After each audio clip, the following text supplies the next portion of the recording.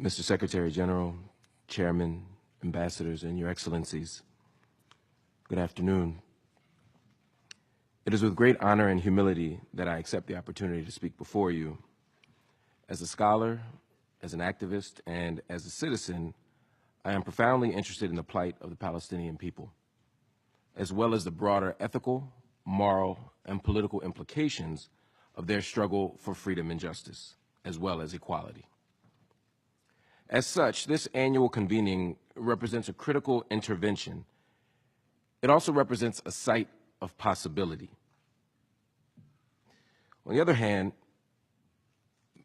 it shows considerable irony. As you well know, this year marks the 70th anniversary of the Universal Declaration of Human Rights. This declaration is produced out of the rubble and contradictions of World War II, and it was intended to offer a clear ethical and moral outline of the basic rights and freedoms to which all human beings, irrespective of race, religion, class, gender, or geography, are entitled. This declaration, of course, has been far from perfect, both in design and in execution. Too often we have framed human rights through the lens of the West. We've viewed it through the gaze of colonialism, and we have assessed them through the limited prism of our own experiences. Simply put, the powerful have too often attempted to universalize their own particular and local values. Still, the Universal Declaration of Human Rights has offered us a flawed but functional starting point from which to articulate basic moral and ethical ambitions as global citizens. These ambitions have been particularly helpful when attempting to keep track of the vulnerable against the backdrop of imperialism, exploitative economic arrangements, white supremacy, patriarchy, and all the other entanglements of the modern nation state. For this reason, it is indeed ironic and sad that this year also marks the 70th anniversary of the Nakba, the great catastrophe in May 1948 that resulted in the expulsion, murder, and to date, permanent dislocation of more than 1 million Palestinians. For every minute that the global community has articulated a clear and lucid framework for human rights, the Palestinian people have been deprived of the most fundamental of them. While the Universal Declaration for Human Rights says that all people are, quote, born free and equal in dignity and rights, the Israeli nation state continues to restrict freedom and undermine equality for Palestinian citizens of Israel, as well as those in the West Bank and Gaza. At the current moment, there are more than 60 Israeli laws that deny Palestinians access to full citizenship rights, simply because they're not Jewish. From housing to education to family reunification, it is clear that any freedoms naturally endowed to all human beings are actively being stripped away from Palestinians through Israeli statecraft. While human rights promises the right to life, liberty, and security of person, Palestinians continue to live under the threat of random violence by Israeli military and police, disproportionate violence within the West Bank and Gaza, unprompted violence in the face of peaceful protest, and misdirected violence by an Israeli state that systematically fails to distinguish between civilians and combatants. While the Universal Declaration for Human Rights protects us against torture and cruel and inhuman or degrading treatment or punishment, Palestinians continue to be physically and psychologically tortured by the Israeli criminal justice system, a term I can only use with irony. As human rights groups around the world have noted, the use of solitary confinement constitutes a clear and indisputable form of torture. Yet in the West Bank, Palestinians are routinely subjected to solitary confinement and indefinite detention, often without any formal charges being filed.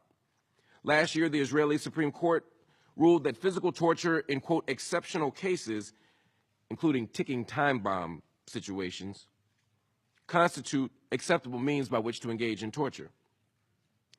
Although these exceptions are themselves a violation of the absolute human right not to be tortured, Israeli security operates in practice in such a way that nearly all Palestinian cases are viewed as exceptional. Nearly every Palestinian is understood to be a potential terrorist, thereby making them susceptible to ticking time bomb investigation tactics at all times. As such, Israel's practices are routinely in clear violation of the UN's Convention on Torture, which was signed by Israel in 1986 and ratified in 1991. While the Declaration of Human Rights insists that no one be subjected to arbitrary arrest, detention, or exile, Palestinians are routinely denied due process of law. West Bank Palestinians are regularly placed under administrative detention, a framework that allows them to be incarcerated for up to 6 months and can be extended after judicial review without being charged with a crime.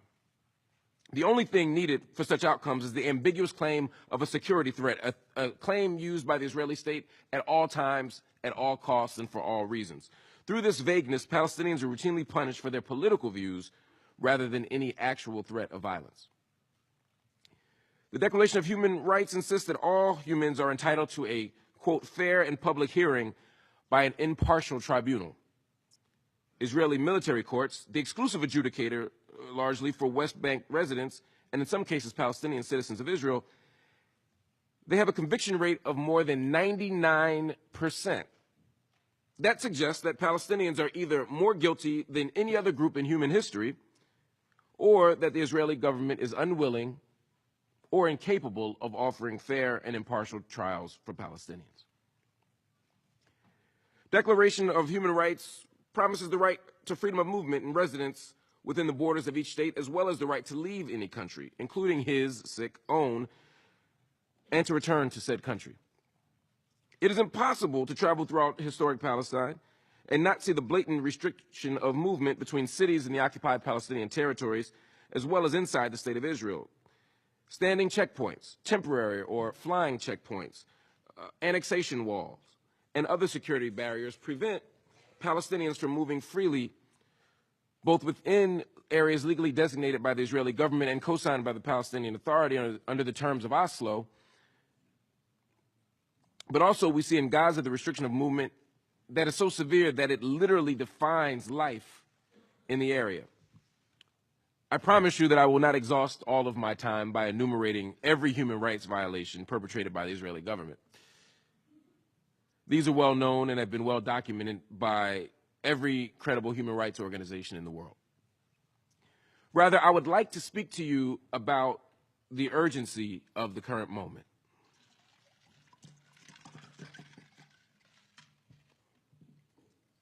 Forgive my thirst. I literally just got off of a flight from Palestine to come to address you this morning, and I was boycotting the Israeli water, so I was unable to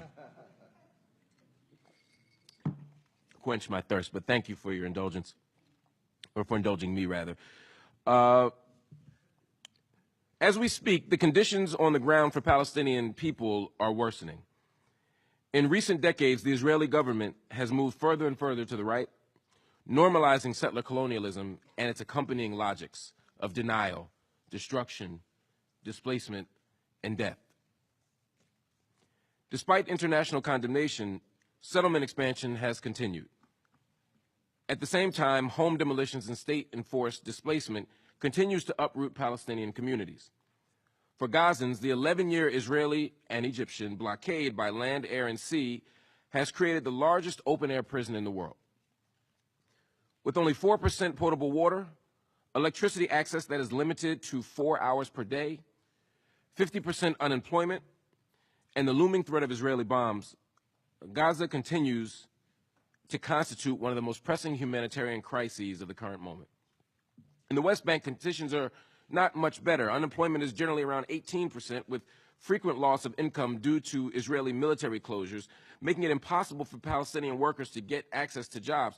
Settlements and the extra land allocated for them, as well as closed military zones and other restrictions, make it impossible for Palestinian towns to grow. And in the midst of it all, Prime Minister Netanyahu's administration has become increasingly indifferent to critique, censure, or even scorn from the international community for its practices.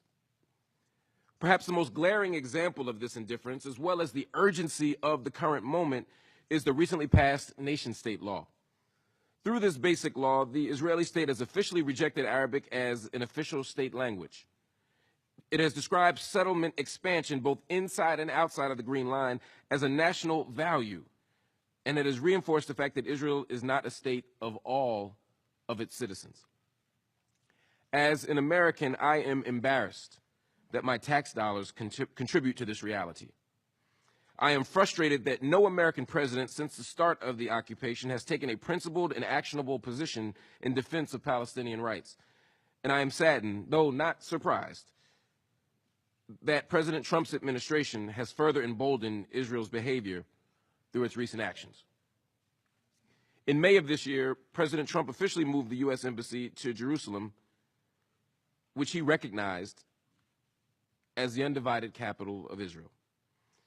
This choice not only flew in the face of international law and precedent, but also constituted a powerful provocation and a diplomatic death blow.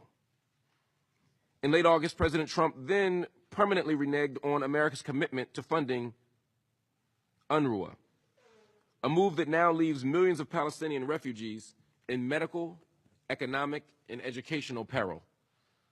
Moreover, the move serves as a political strong-arm tactic, whereby the United States is unilaterally attempting to resolve, through the Trump administration, the final status of Palestinian refugees. While President Trump's policies have been the most dramatic, it is important that I stress to you, to reiterate to you, that they are not wildly out of step with American policy. Cuts to UNRWA is an idea that has been raised in Washington for years, dating back at least to the George W. Bush administration. President Trump's decision to move the U.S. Embassy in Israel from Tel Aviv to Jerusalem caused enormous controversy, but he was merely implementing a bipartisan law Congress passed in 1995.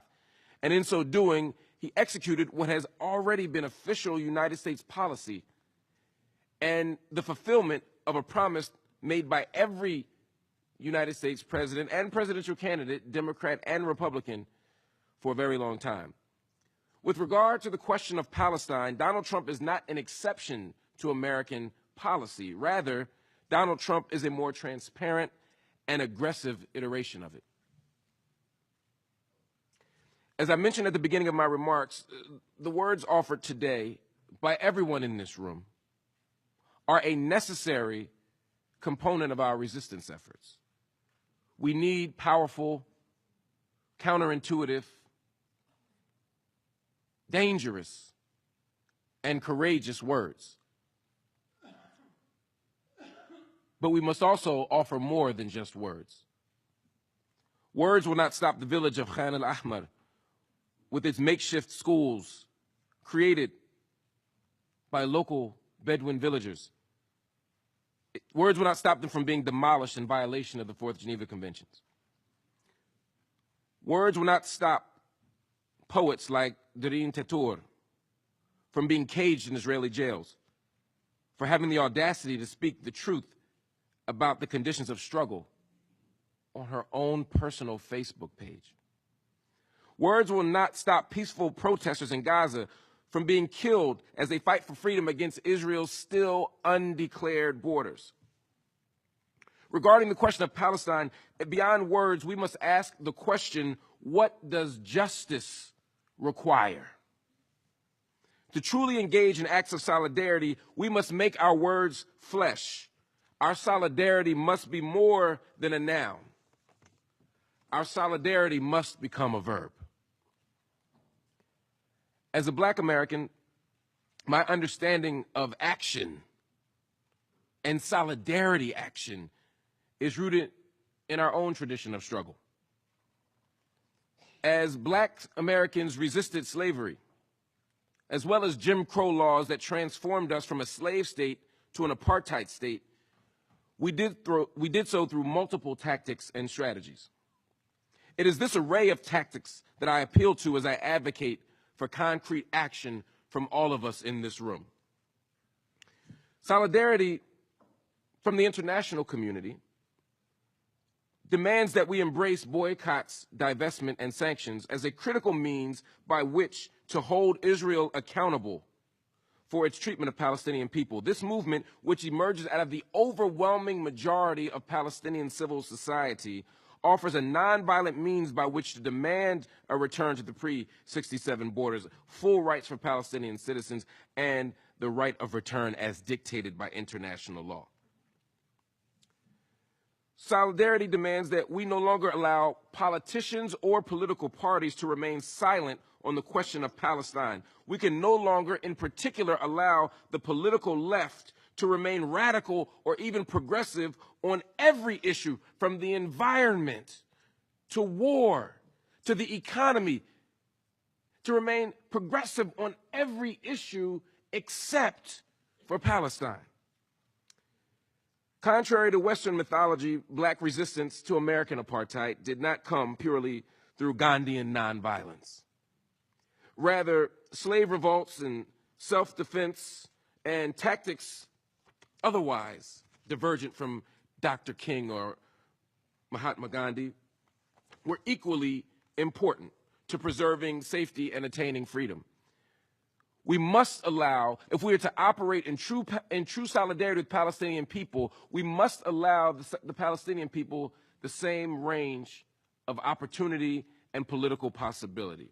If we are standing in solidarity with Palestinian people, we must recognize the right of an occupied people to defend itself. We must prioritize peace. But we must not romanticize or fetishize it. We must advocate and promote nonviolence at every opportunity, but we cannot endorse a narrow politics of respectability that shames Palestinians for resisting, for refusing to do nothing in the face of state violence and ethnic cleansing. At the current moment, there is little reason for optimism. Optimism, of course, is the belief that good will inevitably prevail over evil, that justice will inevitably win out. In the course of human history, and certainly even in the course of the United Nations, there is no evidence of such a proposition. Optimism is unsophisticated. Optimism is immature. Optimism is what my students have when they take examinations that they did not study for. Some become quite religious at that time. But regardless of their strategies of optimism, the outcome is far from guaranteed or even likely. What I'm challenging us to do in the spirit of solidarity is not to embrace optimism, but to embrace radical hope. Radical hope is a belief that despite the odds, despite the considerable measures against justice and peace, despite the legacy of hatred and imperialism and white supremacy and patriarchy and homophobia, despite these systems of power that have normalized settler colonialism, despite these structures, we can still win, we can still prevail. One motivation for my hope in the liberation and ultimate self-determination of the Palestinian people comes in August of 2014. Black Americans were in Ferguson, Missouri, in the Midwest of the United States, protesting the death of a young man named Michael Brown, an unarmed African-American male who had been killed by a law enforcement agent. And as we protested, I saw two things that provided hope for the Palestinian struggle. One was that for the first time in my entire life of activism, I saw a sea of Palestinian people. I saw a sea of Palestinian flags in the crowd saying that we must form a solidarity project. We must struggle together in order to resist, because state violence in the United States and state violence in Brazil and state violence in Syria and state violence in Egypt and state violence in South Africa and state violence in Palestine are all of the same sort. And we finally understood that we must work together and not turn on each other, but instead turn to each other. And later that night, when the police began to tear gas us, Maryam Barghouti tweeted us from Ramallah. She, along with other Palestinian youth activists, told us that the tear gas that we were experiencing was only temporary. They gave us tips for how to wash our eyes out. They told us how to make gas masks out of T-shirts. They gave us permission to think and dream beyond our local conditions by giving us a transnational or a global solidarity project. And from those tweets and social media messages, we began then to organize together. We brought a delegation of black activists to Palestine, and we saw the connections between the police in New York City who were being trained by Israeli soldiers and the type of policing we were experiencing in New York City.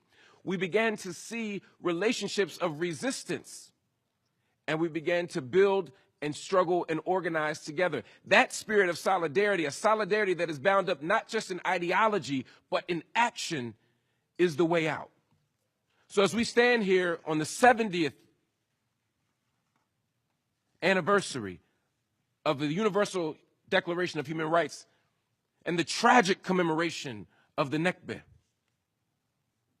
we have an opportunity to not just offer solidarity in words, but to commit to political action, grassroots action, local action, and international action that will give us what justice requires. And that is a free Palestine from the river to the sea. Thank you for your time.